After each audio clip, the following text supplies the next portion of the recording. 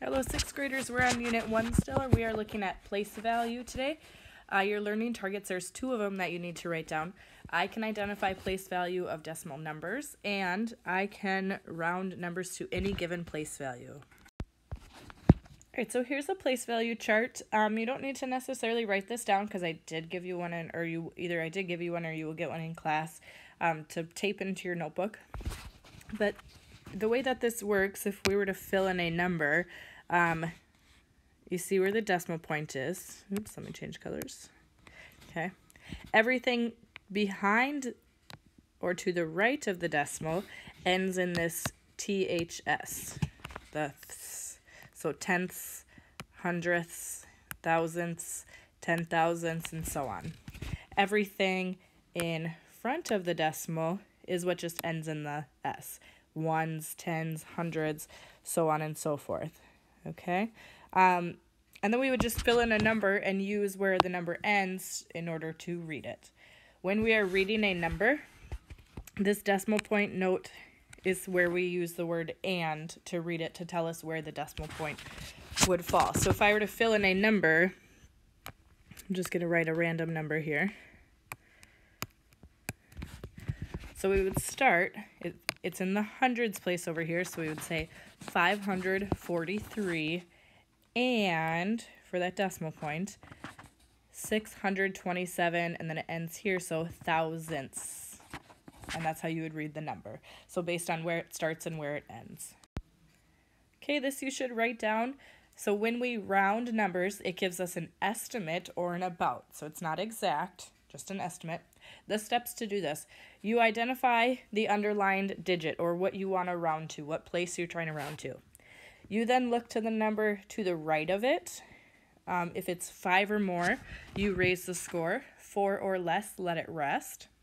And then you change all of the digits to the right, everything that comes after it, to a 0. Everything in front of the number that you are rounding stays the same. So this you should have written down. Pause here, copy it down before you move on. Alright, didn't mean to write. So when we are looking at this, I want to make sure we can still see the steps. This is telling us round to the ones place. So if you look back at your place value chart, the ones place is the first spot in front of the decimal. So that's the spot where I underlined. That's where we're rounding to. Step 2 tells us to look to the number to the right of it, which is a 9. 5 or more raise the score. So the 2 then rounds up 1 to a 3. Step 3 tells us change all the digits to the right to a 0. So the 9, the 2, and the 4 all turn to a 0. So you could write it like that, or you could just write it as 3 without the decimal and all the zeros after it. Okay, next number, 0 and 12 thousandths, because it ends in the thousands place. Again, we are rounding to the ones place, which is this first spot in front of the decimal. We look to the number after, which is a 0. 4 or less, let it rest. So that means the 0 doesn't change, it stays a 0. Everything after it also becomes a 0. So you could write it like that, or you could just write it like that. You don't need everything after the decimal. All of the zeros. Okay? Scroll up a little bit here. Next, we are rounding to the tenths place. It's got that THS, so I know it's after the decimal. It's the first spot. Okay, so this 0. So I underlined it. That's where we're rounding to. Look to the number after, which is a 1, which 4 or less, let it rest. So that means the 0 stays the same. It doesn't change at all. Everything in front of it stays the same. We never change in front of that. Everything after would turn to a 0. So the 1, the 4, and the 5 all become a 0.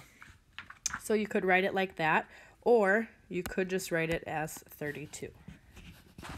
Next one, tenths place is the 3, first spot after the decimal. We look to the number after it, which is a 7. So we use that rule, 5 or more, raise the score.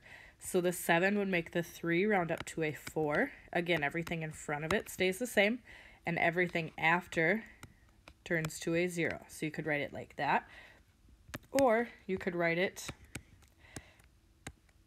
as 10 and 4/10 without the zeros after it. And again, since this is rounding, we could use this symbol for about or estimate. If you feel ready, pause here and try these on your own, and then come back and watch, or just keep watching until you feel comfortable to try them on your own. So this direction says round the following numbers to the hundredths place. TH tells us that we are after the decimal to the right. First spot is the tenths. Second spot right there is the hundredths.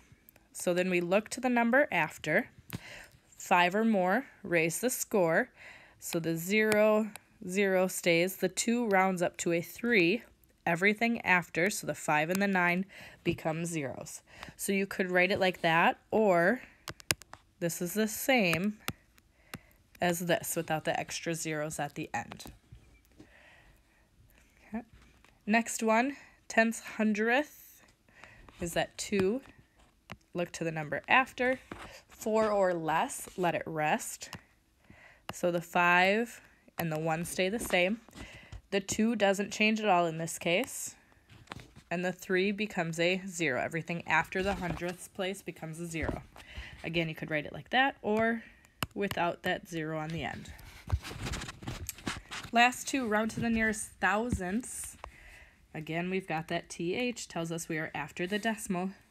So the first spot after the decimal is the tenths, then the hundredth, and then the thousandths. So the 8 is in the thousandths place now.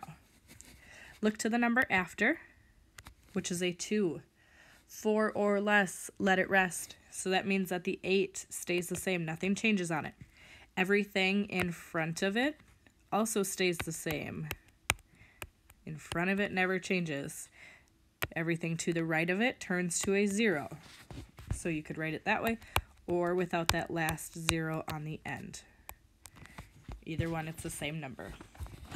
Last one, same thing, thousandths. So tenth, hundredth, thousandth, look to the number after. 5 or more, raise the score. So the 9 makes the other 9 round up 1. Since we're already at a 9, then that means we have to move over to the 7. And the 7 is actually what would round up to an 8. Everything in front of it stays the same. And then everything after turns to zeros. Again, you could write it that way, or without the zeros at the end. That's all I have for place value and rounding. If you are still confused, go back, rewatch the examples over again.